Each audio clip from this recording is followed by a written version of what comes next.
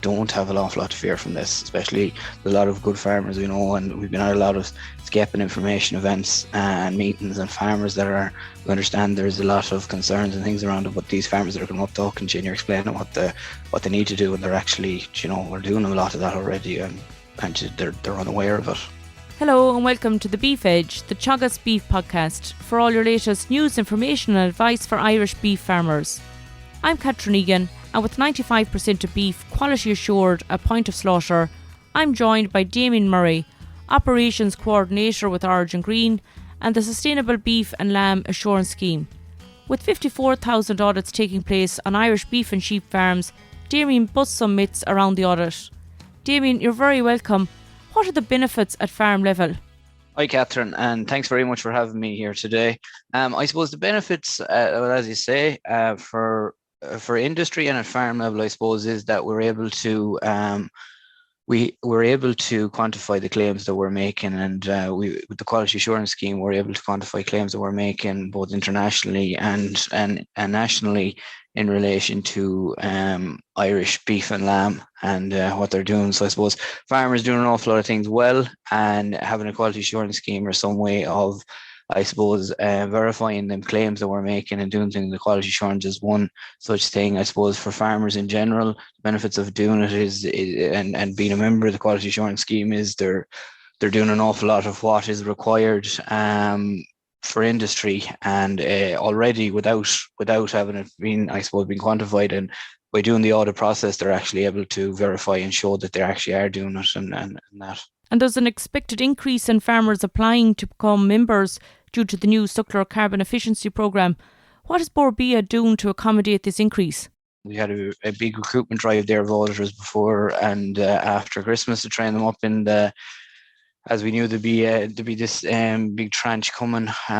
We were also trying, I suppose, to train and get in front of as many farmers and advisors and people as possible to, I suppose, explain what in the quality assurance scheme entails and how to pass their audit, and I suppose to bust some myths and try and I suppose, to get in front of as many farmers and advisors and people that will be talking to farmers, and I suppose explain to them what they need to do and whatever. So every 18 months, farmers are going to complete an audit. Can you talk me through what farmers should do in preparation in advance of the audit, particularly if they're just signing up now as one of the new Suckler Carbon Efficiency Programme farmers? Yeah, and I suppose the big thing, I suppose we want to get across there and explain to farmers an awful lot of what Bord Bia look for quality assurance audits, farmers are doing already. So the vast majority of farmers have nothing to fear when it comes to an audit. They're doing an awful lot of, we said already. I suppose this thing that's thrown out a lot about is all the extra paperwork I have to do for Bord Bia and all the extra time and money it costs me. So I suppose if there was never a Bord Bia or quality assurance inspection in place, farmers would need to be keeping 95% of what we look for as part of the audit process. So I suppose as part of cross-compliance inspections and things like that, all the records we look for should be kept as a legal requirement. So basically, if a farmer is having a cross-compliance inspection, these things can be looked at for as part of a cross-compliance inspection. So if nothing else, being compliant with Bord Bia, you've nothing to fear for when it comes to a cross-compliance inspection or things like that. As I said, the records that we require are a farmer is supposed to be keeping them already. And I suppose the big thing there to say about the audit process, there's no such thing as a fail on the day for an auditor. So if there's a non-compliance raised at the day or the time of audit, there is a period there to rectify it and get it sorted out or whatever.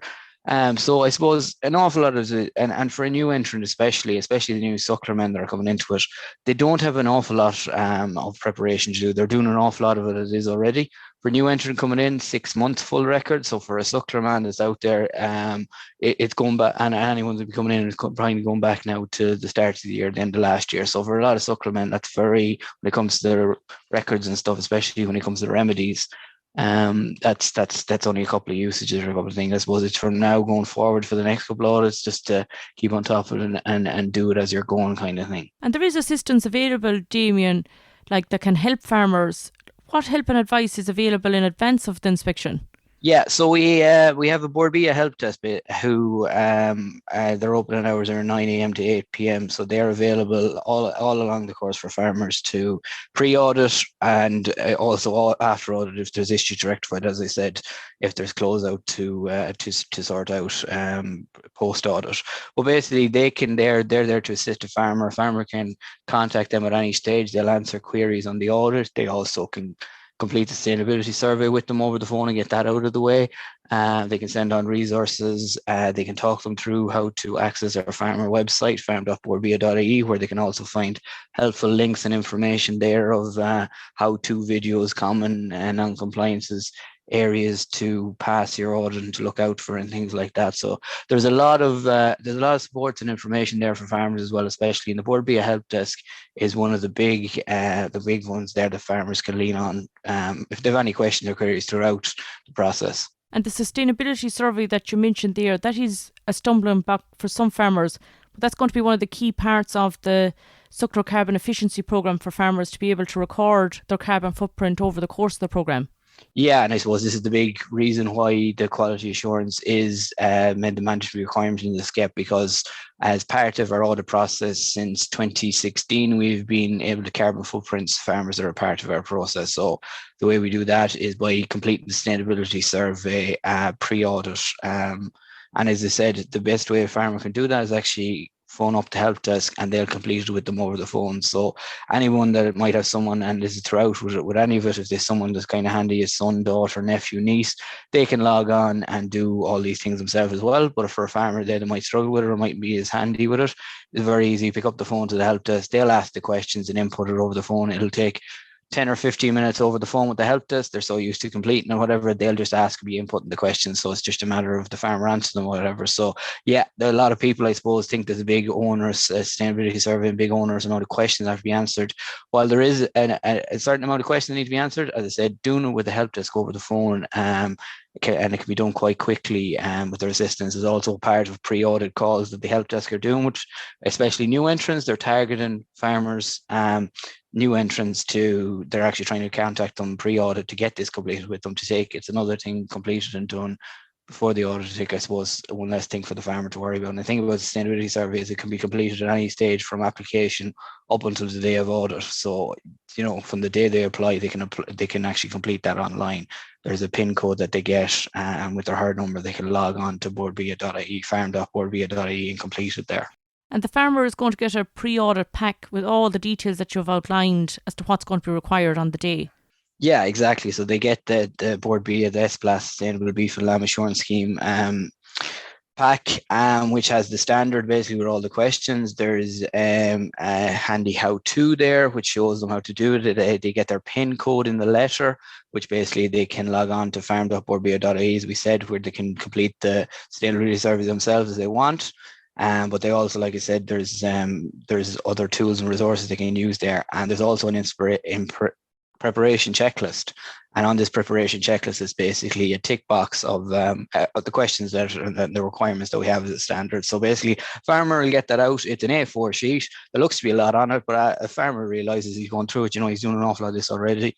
Is he keeping a bovine herd register, whether it be online or in the blue book? Yes, he'll take that off. Obviously, he's keeping his blue cards. Obviously, if he's getting any prescriptions from the vet, he's keeping them. So as he's going through it, he'll realize he has an awful lot of that done already, and before even they complete anything else with the audit. So basically, if a farmer can tick off everything on that list, they're well on their way to getting through the Bord Bia audit and passing on the day. And I suppose the thing to outline here is we've talked about non-compliances and we've other things, but the vast majority of farmers pass on the day.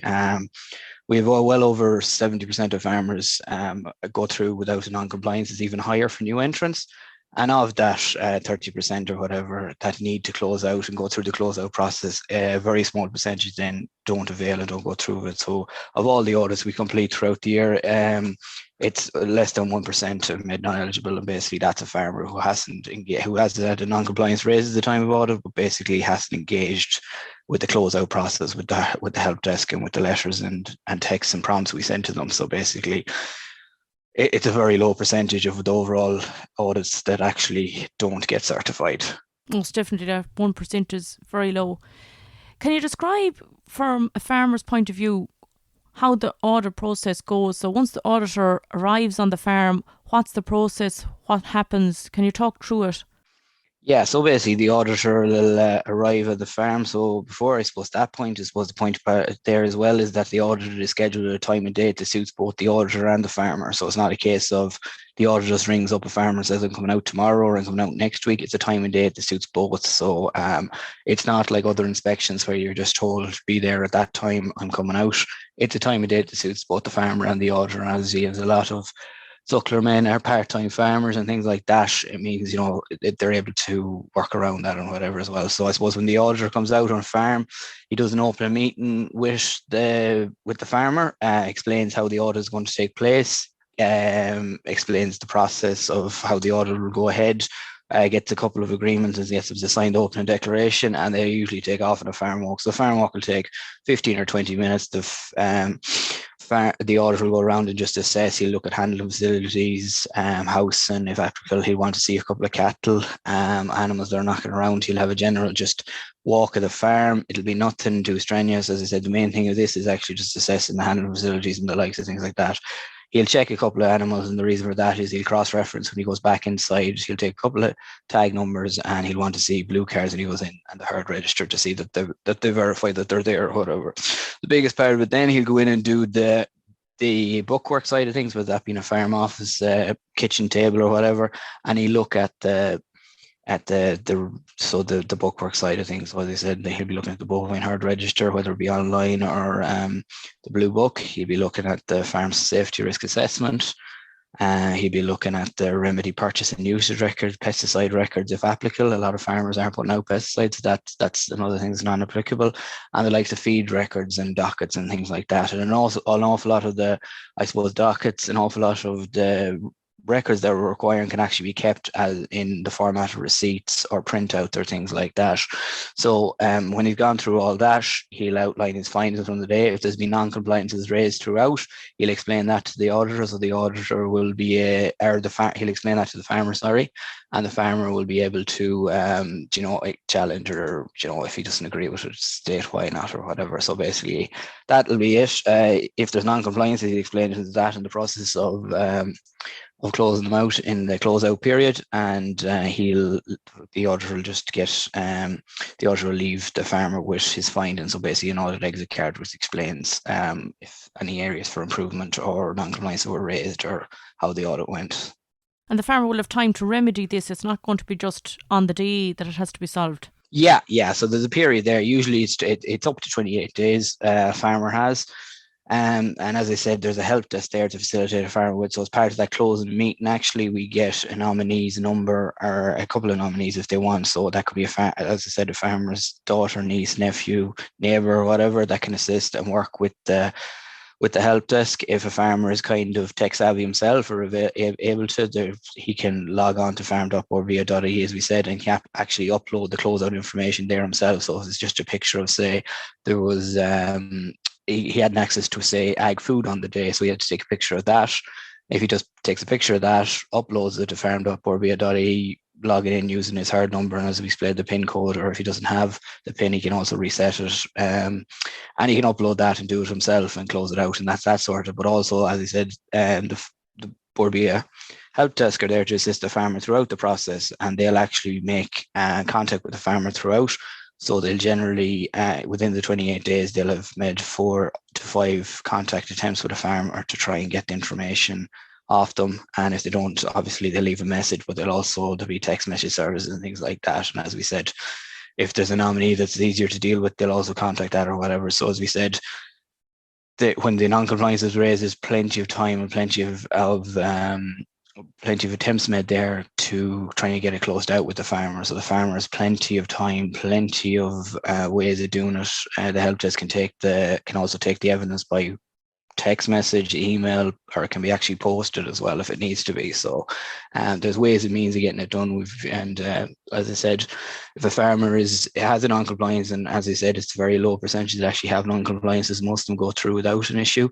There is a way and means there of getting it done, and a way of making it kind of easy enough to a farmer to get through it. So the big thing is, that although we're talking about non-compliance and things here, and an awful lot of these audits will go through without any issue being raised, and there will be passes on the day. The mention of audit brings on a lot of stress and worry, particularly for record keeping for a lot of farmers. But the auditors are there to help, particularly. It's not just coming for the audit on the day.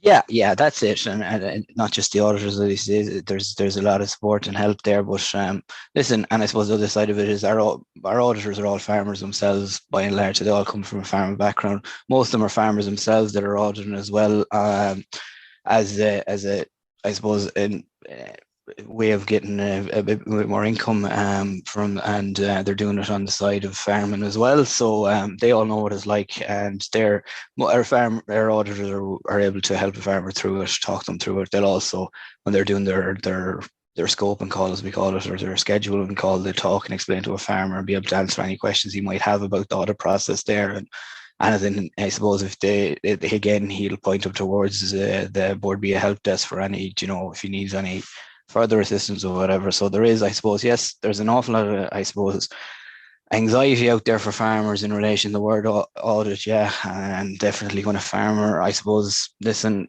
and no one likes anyone coming around, looking around on their farm, or having I suppose this word inspection or whatever. But I suppose the thing to take home, the vast majority of farmers are probably doing everything we require already, without realising it, and as part of, I suppose, of their business, of the way they manage their farm, so they have nothing to fear when it comes to it.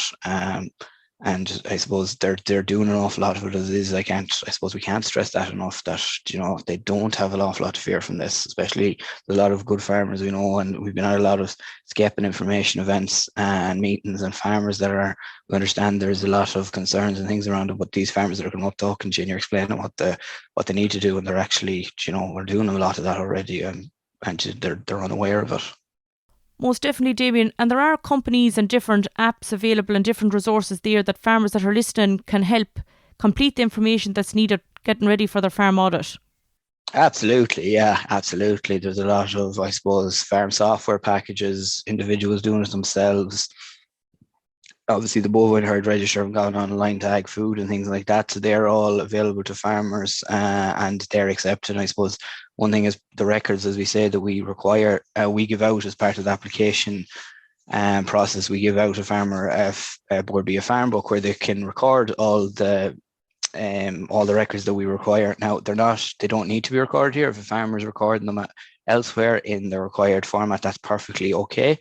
And it's just to have access to these records on the day. So a lot of these farm software packages, like ag food and things like that, if a farmer isn't, I suppose, himself using it, in an awful lot of cases, it's the daughter or son or the wife that might be doing all the records or whatever, just to have printouts of them available on the day so the auditor can assess, or I suppose the logins that the auditor can assess. But there is a lot of good management tools out there that farmers can use as part of the Bord Bia process for the audit, and probably some of them are already using them as it is. I know an awful lot of Suckler men and things are on the likes of farm software packages for other things such as recording heats and things like that. So yeah, there's loads of, I suppose, the bookwork side of things, I suppose, is where farmers fear, and where farmers, I suppose, where they have their issues, and there is a lot of other means and ways of doing it, and there's certainly software packages and individuals out there that will help them and assist them along the way with these things if they feel they need a bit of support as well. That's great, Damien. Thanks very much. I'll include the link to the website and the phone number that you mentioned during the podcast in the podcast text notes. Thanks very much. Thanks very much for having me. That's all for this week's episode, and my thanks to Damien for joining me on the show. You can catch up on all other shows and interviews from the Beef Edge podcast on the Teagasc website at teagasc.ie, or you can listen on Apple and Google Podcasts as well as Spotify.